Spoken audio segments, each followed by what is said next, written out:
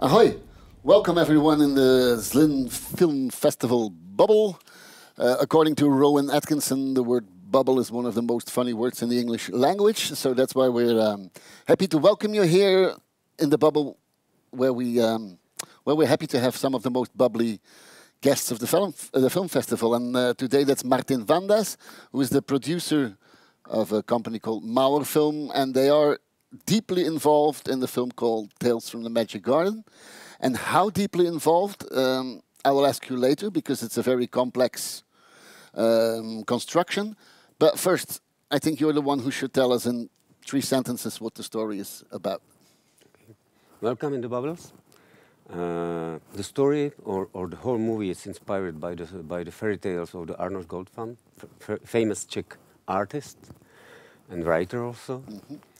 And I discovered the book through my daughters when I read it, and as the stories are a little bit dark and melancholic, I appreciate and agreed with the Arnošt 10 years ago about the deal to switch it to the animation. And the story, it's the 3 kids, Susie, Tom, and Derek. They visited their grandfather after the grannies passed away.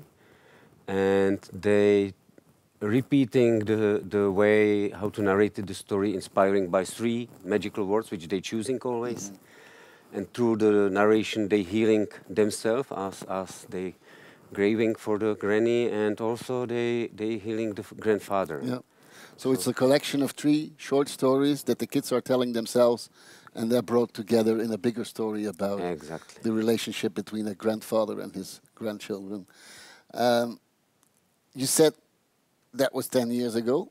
It means that it took you a long time to make that film, and it also had to do with the fact that it was a very complex structure with 4 different studios from 4 different countries combined in one film.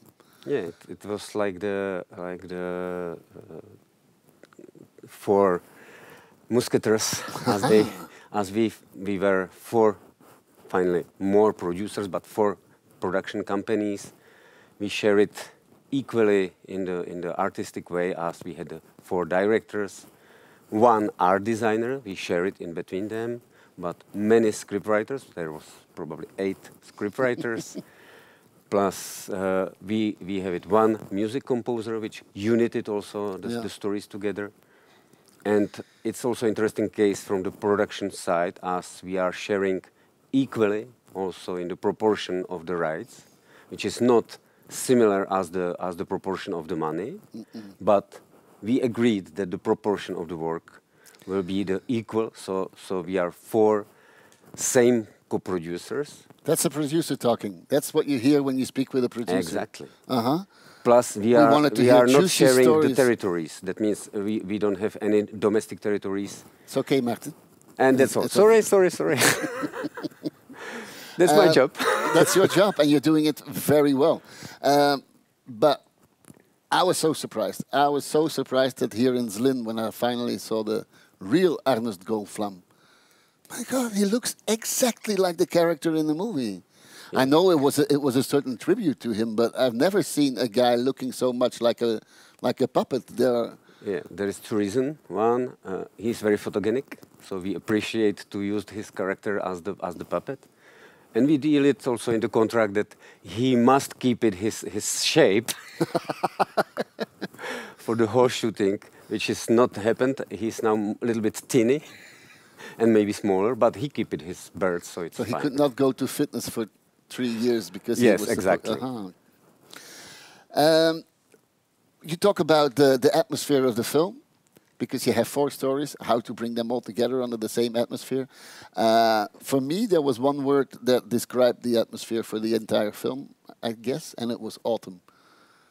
It feels very much like autumn, and it has the colors of autumn, and it often rains, and it's windy, and there is only 1 rain. I have to complain, but yeah, but the feeling, of course, it's probably the background of the stories of dying or accepting of the passed away of the closer people. But for me, and it's based of experience with the children audience in Zlín and Berlin, that the stories are growing up. That means they are. We are starting in the deepest moment when the granny has passed away, and the parents in the first fairy tale are they had the accident, and the others and other stories are more lighter. Yeah, possibly. true. Because the story of the And monster, more funny also. the story of the monster catches a lot of sunlight. Actually, Yeah.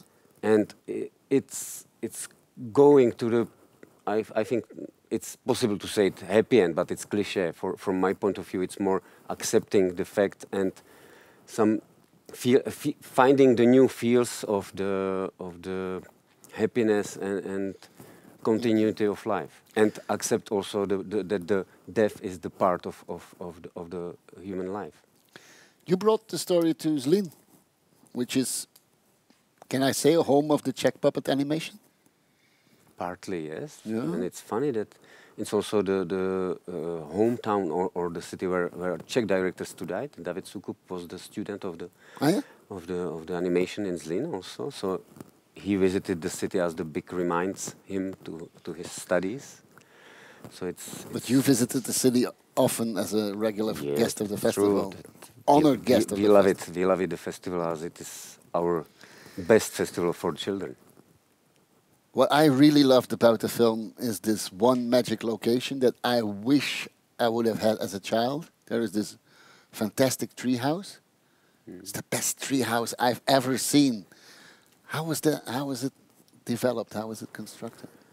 This was it's the French part, and it was a little bit complicated because the French part started as the last one.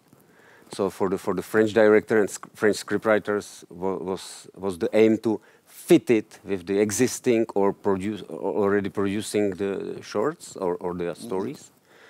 And when we started thinking about this covering story or uniting story, we got from the Arnošt the fairy tale about the daddy or father who stayed alone at home. And he found the matchbox and when he tried what it's in, he discovered that it's the small house with the granny. And she told him, "Please don't move so quickly with the box because I spilled my coffee. Be kind, and don't do it next time." And he's totally surprised. And he said, "Granny, what are you doing here?" And she said, "I'm taking care of you." Oh. So it was the inspiration for the discovering story. We little bit change it, but the inspiration came from the Arnošt, and the French team used this tree house as some magical place, as the place, safety place for the kids, and also the place for the possible dreams. Martin, you know about the last question that we ask everyone in the show? Never. I'm sure nobody ever told you. You came to Zlín, world capital of shoes. Can you please show us your shoes and tell us why you are wearing them, or what's the story behind your shoes? You can put them on the table. Well, at least with your foot. Okay, let's promote. Yeah, just put them there. This is my first Martens shoes. They're named after you. Yeah.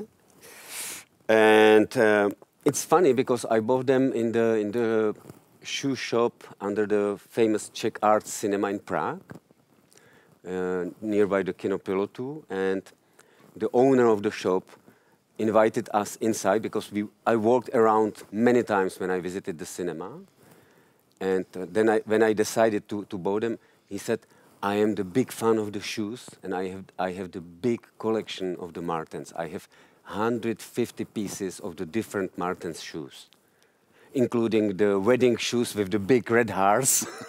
And he starts bringing it to show us his collection because his wife was complaining against keeping the shoes at home. Okay, so you're the first one to bring shoes to the bubble that carry your own name, and there's a connection with the cinema. Thank you so much for picking the right shoes. Thank you so much for being here with us. Good luck with the film, and I hope you enjoy your stay in Zlín.